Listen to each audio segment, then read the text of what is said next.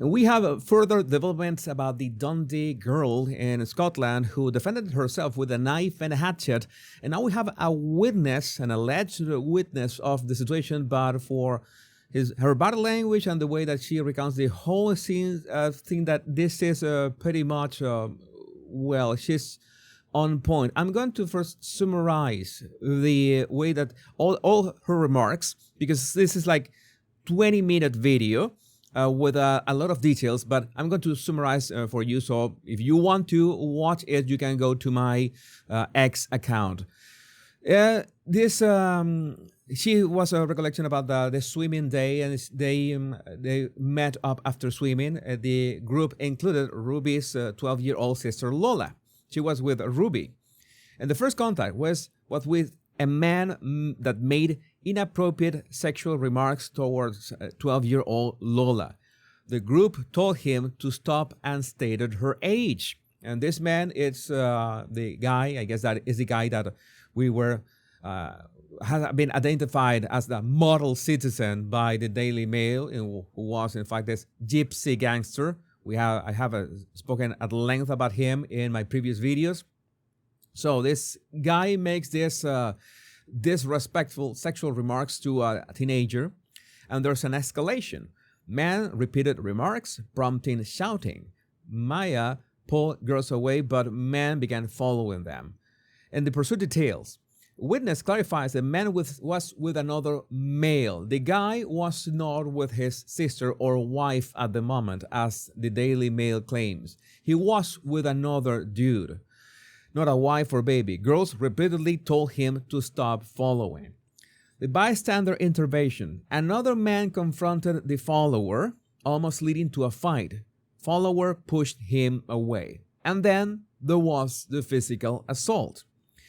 Man's sister arrived, grabbed Ruby from behind. Both siblings attacked Ruby, kicking and punching her head, causing concussion and hospital admission. This has been also verified by other sources. And that's why I told you in my previous video that this looks like the Scottish, the Dundee's law enforcement is hiding something. Why has any of this not been disproven? It would be really easy to make an official statement, and no official statement and no CCTV camera footage has been released. Also, there was the weapons revelation. Lola unexpectedly pulled out a hatchet. Maya and Ruby claimed they didn't know she was carrying weapons. And then the police arrived. Officers separated parties. Lola fled with weapons despite advice not to, making her look worse. Then the mother's involvement. Ruby's mother arrived upset, confronted assailants, verbally denies rumors of drug use. There was no drug use. There were so many people wanting to blame Lola, the 12-year-old girl with the hatchet and the knife, for defending herself like she was some kind of gang member. Again, I have made a series of videos of this, how crazy this situation is, how the blame has been put on Lola by people with hundreds of thousands of followers, millions of views, and I don't know how people can be this twisted, but again, this is the internet. Allegations against male assailant. Witness says he assaulted police, spitting, kicking, urinating in van, but was allegedly released without charges because you know how the two-tier system works in the UK, all over the UK. I guess that not only in England, but also in Scotland. Legal outcome. Lola charged over weapons. No charge reported for male assailant. Police handling criticism. Maya says police have been unprofessional and failed to follow up as promised. They haven't said anything. No official, let's say, statement of any kind. Has been the online backlash. Maya denies being Lola or carrying weapons, says she and her mother are being slandered online. And a final statement, she distances herself from Lola's actions, but is glad Lola defended her sister, insists she only wants the case resolved fairly. Again, yeah, you have to be very careful in this kind of situations, because you know what is the situation in the United Kingdom. You can get you can be thrown in jail for two very easy reasons. If you are white, that's one thing, and then the second one, if you say something, that goes against the narrative that Abroadians are this kind of, they are also, they contribute to society. All of them, I'm not saying that there wouldn't be Abroadians that do contribute to society, but we know that statistics don't lie, and the two-tier justice system is a thing. So I could play just a clip from this. We can check out her body language at any point. Call to make the police show up, so I feel like I should get my story out.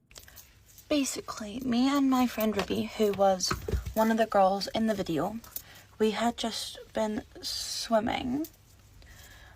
And when we got back to swimming, we went to my house, we dropped our stuff off, and then Ruby's sister Lola phoned us and was like, oh, do you want to meet? I'm meeting with our other friends, we're gonna go out. And we were like, yeah, sure, let's meet. Okay, again, if I'm going to retweet the whole thing in my ex account. This is 20 minutes. She let's say she digresses a lot. She spins around the topic, but she says all the things that I've just mentioned right now. Again, my question about this, now that we have another witness with the same details and things that understand, like a question that I always tell you to ask is very easy.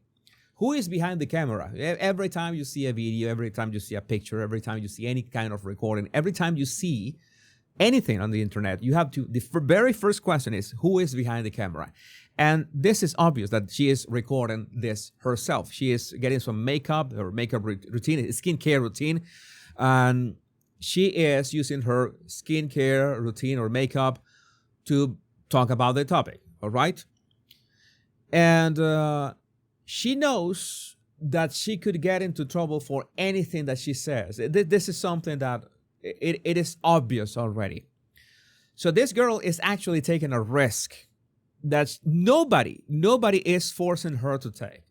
That nobody has told her, hey, you know what, you have to go forward. And if somebody forced her to take any risk, we know that it would be the government or the authorities. And which, if the government or the authorities of Dundee push her to say something about what happened, what do you think would be the narrative that they would like to push?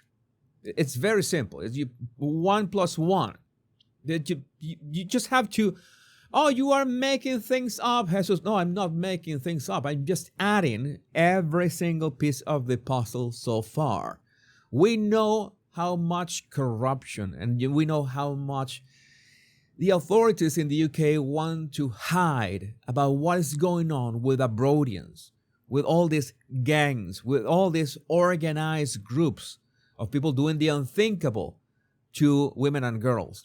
That is a fact. And nobody, I should talk about Epping as well.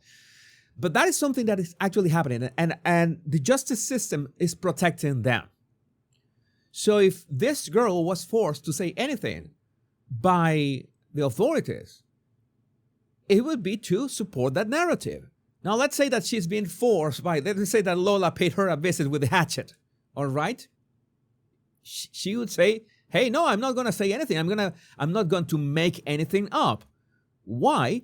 Because she knows if she makes something up trying to defend Lola or Ruby, then what's going to happen? She and her family are going to get a visit from the authorities and the Abroadians themselves for making up things. You understand that, right? If she's been forced by Lola or Ruby to say this, to defend them in a video, it would be much worse than for her. So why make this video? That's what I tell you. Why does this video exist? Well, because this girl decided to make it so set the record straight in some way. And the record straight that she is setting is that, yes, the guy physically assaulted her. He was with another man. He and his sister attacked Ruby, and that's when Lola intervened and sent Ruby to the hospital. And I can guess, I can understand. No father is mentioned at this point. I'm assuming that Lola and Ruby's father is nowhere to be found. He's not present at any point of any recollection of anybody here. So we can, for the time being, discard him from the equation. I can understand that the mother of two girls that at the same time we think they disappeared back in July 29th, which this is crazy. She must be scared of the repercussions of this, and she must be having threats of any kinds from Abroadians and, of course, Scottish people who know that there's stupid people everywhere, snitchers everywhere, snitches everywhere, that also be pressuring her into saying, you should not say anything about that. You should not bring attention to our community. You know how they said, they made up this, that men are patrolling the streets of Dundee now to make this. Where are the videos of that? Have you seen any video of men, Scottish men, angry and doing patrol on the streets of Dundee? I haven't seen any video of that. I see no video, no video proof of that. How strange, right? Could it be that the community of Dundee is scared of what can happen, is terrified, and especially the men? It is my question again. Where are the men of Dundee? Who are they hiding in the basements? What are you doing? I don't know, but again, I would love to know what do you think about this in the comments. My name is Jesus Enrique Rosas. I'm the Battle Language Guy. Much love and bliss.